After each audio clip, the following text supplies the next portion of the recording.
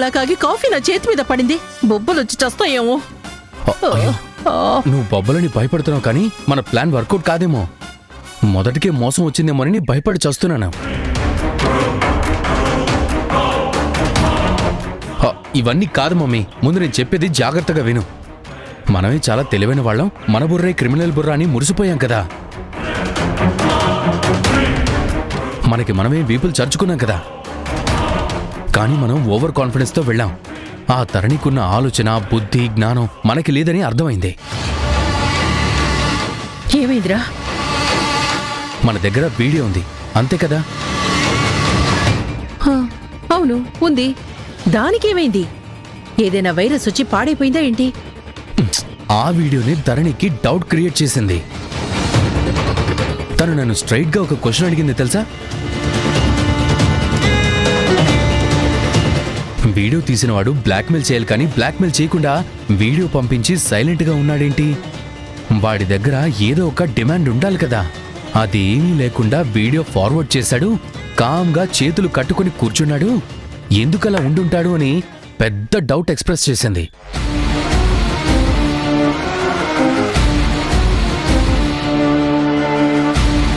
ఆలోచిస్తే ధరణి అడిగింది కూడా పాయింటే కదా మమ్మీ.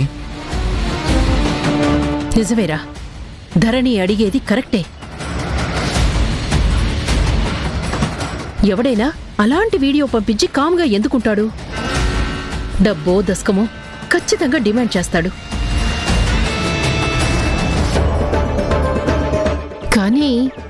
కానీ అది వీడియో చూడగానే భయపడి హడల్ చేస్తుంది. వెంటనే అర్జెంటుగా మనం పెళ్లి చేసేసుకుందాం ధీరజ్ అనేస్తుందేమోనని ఆశపడ్డా.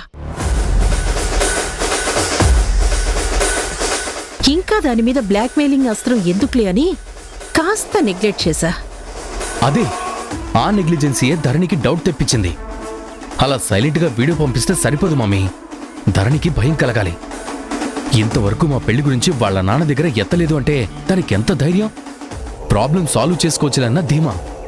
బ్లాక్మెయిలర్ ఏమైనా డిమాండ్ చేస్తే వాడి మొహాన్ని అంతో ఇంతో కొట్టేసి ఆ వీడియో డిలీట్ చేయొచ్చు, లేకపోతే వాడిని ట్రాప్ చేసి పట్టుకుని పోలీసులకు అప్పజెప్పొచ్చు అనే కాన్ఫిడెన్స్ కావచ్చు. దానికి భయం కలగకపోతే మన దారికొచ్చేలా లేదు, మనల్ని పట్టించుకునేటట్టే లేదు. చాలా తేలిగ్గా ఇగ్నోర్ చేస్తుంది. అది పెళ్లి కొప్పుకోవాలి. దానంతటది పరుగులెత్తి వాళ్ల నాన్న నొప్పించి నీ కాళ్ల మీద పడాలి అంటే దానికి భయం కలగాలంటావు. మామూలు భయం కాదు, వెన్నులో వణుకు పుట్టాలి, ఒళ్లంతా చెమటలు పట్టాలి. ధీరజ్ ఎక్కడున్నాడని వెతుక్కుంటూ వచ్చి నా 2 కాళ్ళు పట్టుకుని నా మెళ్ళో తాళి కట్టుని వేడుకోవాలి.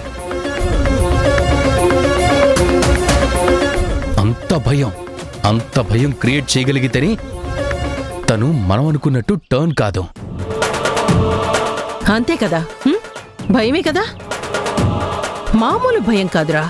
కావాలంటే టన్నులకి టన్నులు కంటైనర్ల కొద్దీ భయం దాన్నెత్తిన పడేద్దాం. నిలువెల్లా వణికిపోతూ లిమిట్ దాటి కోమాలకి వెళ్లే భయం కల్పిద్దాం. అది పెళ్లికి ఒప్పుకుంటుందని అనుకున్నాను కానీ భయం కావాలంటే ఎంతసేపురా? నిమిషాల మీద పని. సరే, ఎలా భయపడతావో పెట్టు. వెంటనే సిమ్ము మార్చి నీ టోన్ మార్చి బ్లాక్మెయిల్ స్టార్ట్ చేయి మమ్మీ. నువ్వు మిమిక్రీ ఆర్టిస్టు కదా, గొప్ప టాలెంట్ ఉంది కదా. పైగా నీ వాయిస్తో కాపురాలు కూల్చడంలో దిట్టవి. అలాంటిది ఇప్పుడు ఒక కాపురం సెట్ చేయలేవా? రే, నేను మిమిక్రీ చేస్తే కాపురాలు కోల్తాయి కానీ కాపురాలు నిలబడవురా.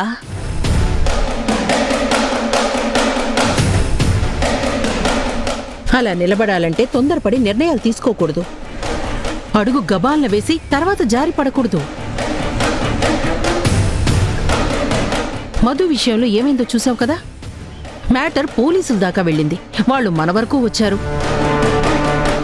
ఈసారి అలాంటి పిచ్చి పనిచేసి మనం రిస్కులో పడద్దురా. మరైతే ఏం చేద్దాం మమ్మీ? ఎలా బ్లాక్మెయిల్ చేద్దాం? ఏదో విధంగా భయపెట్టకపోతే ధరణి మెళ్ళలో తాళి కట్టడం అంత ఈజీ కాదు. ఎవరితో చేద్దామో చెప్పు. పోనీ ఈ సౌమితో చేద్దామా? అయ్యో బాబోయ్, కావాలంటే మీ ఇద్దరి కాళ్ళు 100 సార్లు మొక్కుతాను కానీ దయచేసి నాకు సంబంధం లేని విషయాల్లో నన్ను ఇన్వాల్వ్ చేయకండి. ఇలాంటి కుంపటేదో నా నెత్తి మీద పెడతారని సూట్ కేసు కూడా సర్దుకున్నాను. ప్లీజ్ నన్ను మాత్రం ఇరికించి నా ప్రాణాలు తీసే ప్రయత్నం మాత్రం చేయకండి. నన్ను ఇలా బ్రతకనివ్వండి.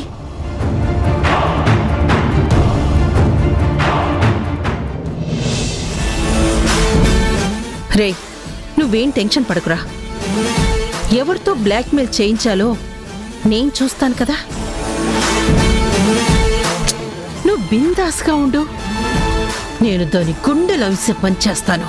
ఓకే?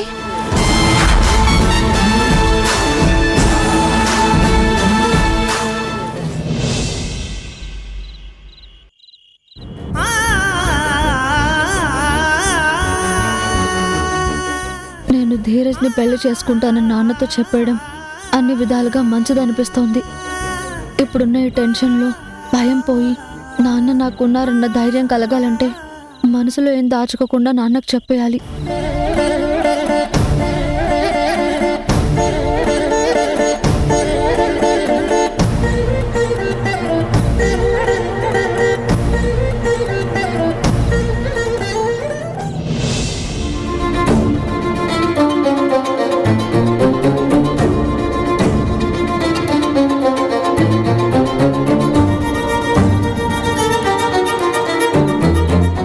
రాబుజ్జమ్మ,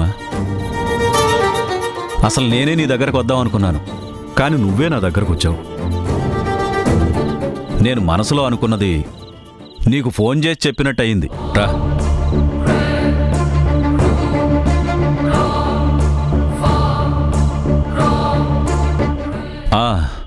బుజ్జమ్మ, ఆ తలుపేసి రామ్మా.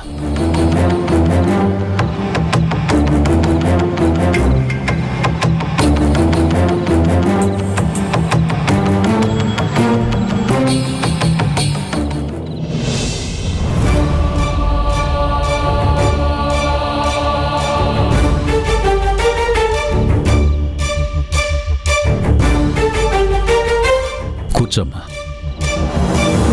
కూర్చో.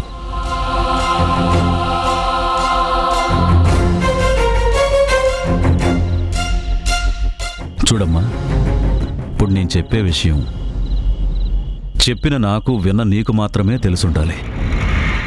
పొరపాటును కూడా నువ్వెవరితోనూ చెప్పొద్దు. ముఖ్యంగా ఇప్పుడు మన మెడ మీద కత్తిలాంటి మధుకి మాత్రం పొరపాటును కూడా చెప్పొద్దు. ఏంటి నాన్న, ఎవరికి చెప్పనంత రహస్యం ఏంటి?